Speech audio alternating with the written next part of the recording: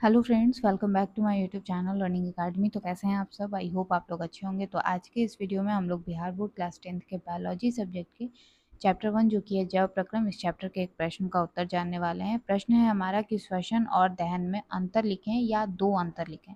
ठीक है, तो कभी-कभी ये प्रश्न में आपको 2 अंतर लिखने को कहता है या कभी-कभी दे देता है कि अंतर लिखें। तो अंतर लिखने को आया है तो आपको 4-5 डिफरेंस इसमें बताना पड़ेगा, और अगर 2 अंतर कह रहा है तो आपको 2 ही डिफरेंस लिखना है इसके बीच में। ठीक है, तो आइए बिना टाइम वेस्ट किए आज का वीडियो स्टार्ट करते हैं और इस प्रश्न का उत्तर जानते हैं। लेकिन उससे पहले आप सभी से हमेशा की तरह एक छोटी-सी रिक्वेस्ट है कि अगर आप हमारे यूट्यूब चैनल पर पहली बार विजिट कर रहे हैं तो प्लीज़ हमारे यूट्यूब चैनल को सब्सक्राइब करके बेल नोटिफिकेशन पर क्लिक कर लीजिए, जिससे आने वाले हर वीडियो के, हर लाइव क्लासेस के नोटिफिकेशन आपको समय समय पर मिलती रहे। तो आइए वीडियो शुरू करते हैं और इस प्रश्न का उत्तर जानते हैं।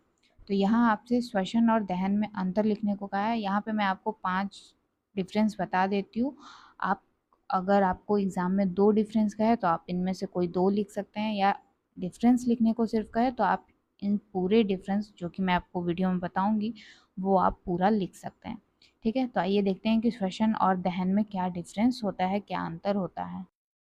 सबसे पहला है कि श्वसन जो होता है वो शरीर के बाहर से ऑक्सीजन को ग्रहण करना और कोशिकीय आवश्यकता के अनुसार खाद्य स्रोत के विघटन में इसका उपयोग करना ही श्वसन कहलाता है।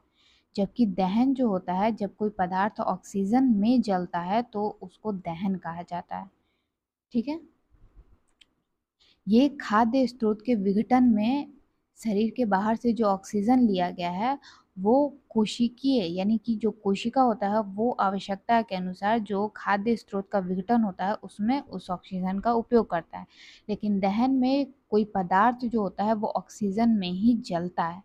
ठीक है, यहाँ आवश्यकता अनुसार लिया जा रहा है और यहाँ उसी में ही जल रहा है। ठीक है, तो ये पहला डिफरेंस है श्वसन और दहन में। दूसरा डिफरेंस क्या होता है? दूसरा डिफरेंस कह रहा है कि इसमें ऊष्मा तथा प्रकाश की उत्पत्ति नहीं होती है, लेकिन दहन में ऊष्मा और प्रकाश की उत्पत्ति जो है वो होती है। ठीक है, श्वसन में ऊष्मा और प्रकाश की यहाँ पे उत्पत्ति नहीं होती। तो दहन में क्यों होती है? क्योंकि यहाँ पे वो कोई पदार्थ जो होता है वो ऑक्सीजन में जल रहा है, तो जब जलेगा तो ऊष्मा भी उत्पन्न होगा और प्रकाश भी उत्पन्न होता है। ठीक है, तीसरा जो डिफरेंस है, श्वसन जो है वो एक जैविक क्रिया है और दहन जो है वो एक भौतिक क्रिया है। ये याद रखिएगा क्योंकि आपसे ऑब्जेक्टिव में पूछ सकता है कि श्वसन कैसी क्रिया है या दहन कैसी क्रिया है। ठीक है, तो यहाँ 3 डिफरेंस मैंने आपको बता दिया है। आगे बढ़ते हैं। अगला जो डिफरेंस है इनमें, श्वसन जो होता है इसमें पदार्थों का धीमी गति से ऑक्सीकरण होता है और इसमें पदार्थों का तीव्र गति से ऑक्सीकरण होता है, यानी जल्दी ऑक्सीकरण जो है वो दहन में हो जाता है, लेकिन श्वसन में धीमी गति से आराम से ऑक्सीकरण जो होता है वो पदार्थों का होता है। अगला कि श्वसन की क्रिया में निकली जो ऊर्जा होती है वो एटीपी के रूप में संचित रहती है।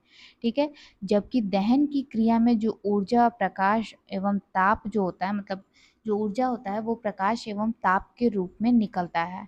ठीक है, इसमें जो ऊर्जा निकलती है वो एटीपी के रूप में संचित हो जाता है। ठीक है, लेकिन इसमें जो ऊर्जा निकलती है वो प्रकाश एवं ताप के रूप में निकलती है। ठीक है, तो ये 5 पॉइंट के थ्रू मैंने आपको यहाँ पे बता दिया है कि श्वसन और दहन में क्या अंतर है, और ये प्रश्न जो है वो आपके एग्ज़ाम के लिए बहुत इंपॉर्टेंट है, तो इसको ज़रूर से नोट कर लीजिएगा।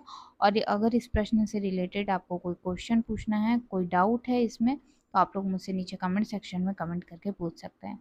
तो आज का वीडियो पसंद आया हो तो वीडियो को लाइक, शेयर और चैनल को सब्सक्राइब करना बिल्कुल मत भूलिएगा, और वीडियो कैसा लगा वो भी मुझे कमेंट सेक्शन में कमेंट करके ज़रूर बताइएगा। तो मिलती हूँ आपसे अगली वीडियो में एक और नए प्रश्न के सॉल्यूशन के साथ।